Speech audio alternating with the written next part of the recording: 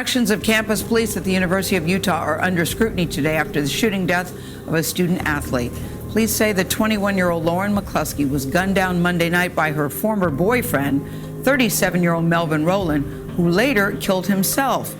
Her mother says that Rowland lied about many things, his age, his criminal past, and that Lauren had told police he was harassing her. Carter Evans is at the campus in Salt Lake City with more on this terrible story. You can see some of the signs left by protesters here on the windows of the DA's building.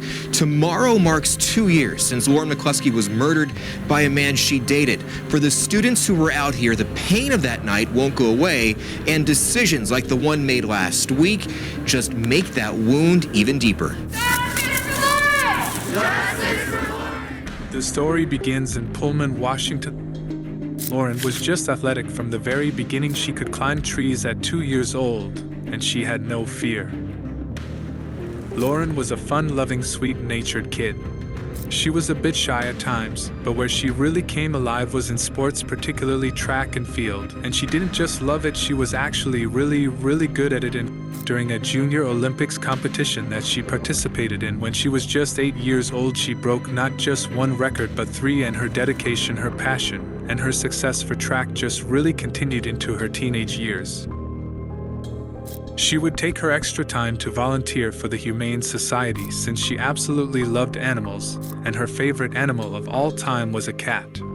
She loved cats. She also loved spending time with her whole family, including her grandparents, and one of her most favorite things to do was go shopping. She decided to go with the University of Utah in Salt Lake City, and that's where she wanted to pursue a degree in communications as well as continue on her track and field journey. So after Lauren made the nearly 11-hour journey south to the University of Utah in Salt Lake City, she slowly began adjusting to life as a college student.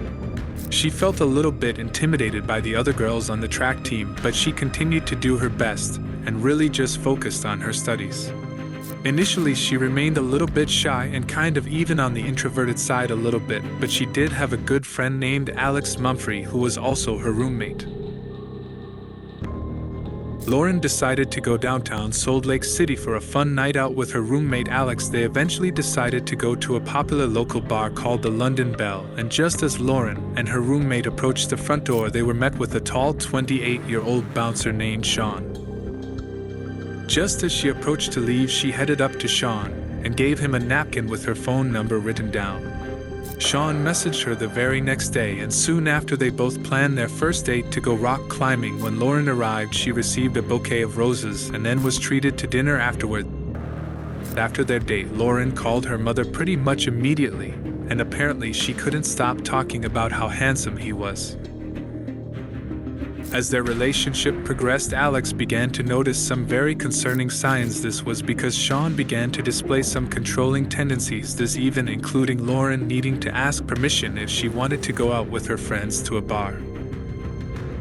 Lauren accidentally saw his ID card for the first time, and concerningly, it had some very worrying details. Although his face was clearly visible in the photo, the name next to it was far less recognizable. The man was not actually named Sean. Instead, the card seemed to belong to someone named Melvin Rowland. Naturally, this confused and scared Lauren, but instead of confronting him right away, she wanted to do her own research. As the days passed, she discovered more secrets. So she decided to break up. Lauren received strange text messages from an unknown number. "Why'd you break up with the big guy? He really loves you." Lauren was a very smart young woman who had always performed well in school. She found out that these numbers were not random people.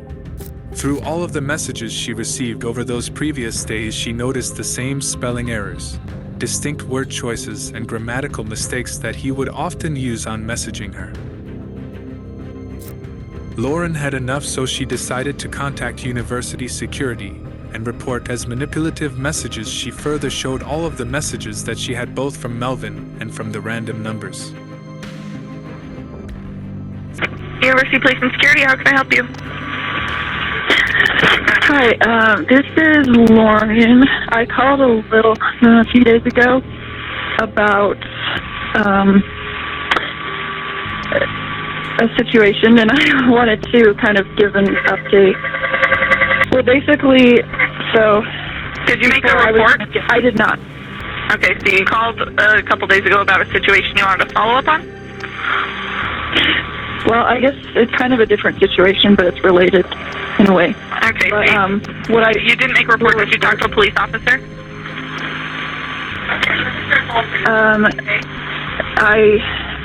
So I had a security person drive me to pick up my car. Mm-hmm. What happened was that, so I got the car and that was fine, but I've been getting these texts from these numbers that of different people saying that they were saying that he was in the hospital and then saying that that he passed away. But then I got a text from him and he seems to be alive. So and then I got a text about asking if I wanted to go to his funeral, and I think they're trying to lure me somewhere. So you got a bunch of texts seeming like they're trying to get you to go somewhere. And have you asked them to stop texting you? I have not, but I've blocked a few of the numbers already. All right. I will send this through an officer to give you a call. He's going to give you a call on that last phone number that you gave me. Is that okay? Yes. 3 days later, on October the 22nd, Lauren received a message from an unrecognized number where the message was from someone claiming to be the deputy chief of the university campus police. And it read, "I planned on calling you, but I'm at a meeting at the moment. Can you go to the station as soon as possible? There's something I need for you to see. I will go over the details with you when you get here." This made Lauren suspicious. She naturally assumed it probably was Melvin trying to lure her out of the house, and after calling the campus police to check, they responded by telling her that the message was not from anyone on the campus, and that furthermore she should ignore it at all costs. At this point, Lauren was confident that this was Melvin, and even despite him impersonating an officer, still nothing was done. Feeling helpless, she was left waiting for someone to help her situation. At 3 p.m. on October the 22nd, a surveillance camera captured Melvin sneaking into Lauren's apartment complex while she was out at class, and while she cautiously went about her business on campus, he kept a watch for a lie on her front door. Later that afternoon, while she walked back to her apartment, she called her parents to tell them about the situation, and although the conversation was tense, she began to relax as her parents reassured her that she was going to be okay. Feeling better, Lauren was just about to enter her apartment when suddenly she screamed and the line went dead. Both confused and extremely worried, her father immediately called the emergency services to report on what had just happened. Hi, my daughter, Lauren McCluskey, was talking to her mom, and then she just started saying, no, no, no, no, no, and it sounded like someone might have been grabbing her or something. Does she live on campus? Yeah, she had broken up with a boy, Sean Fields is his name. Has he made any threats or anything like that?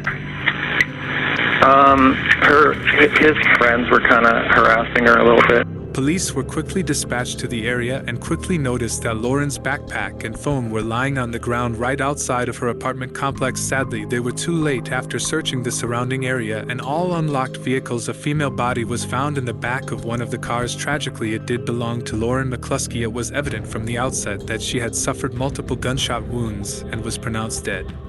The police found him, and they have enough proof to put him in jail. The police immediately arrested him and put him in jail without parole. Thank you for joining me on this unsettling journey into the heart of the Lauren McCluskey case. If you found this exploration intriguing, don't forget to like, subscribe, and hit that notification bell for more true crime content.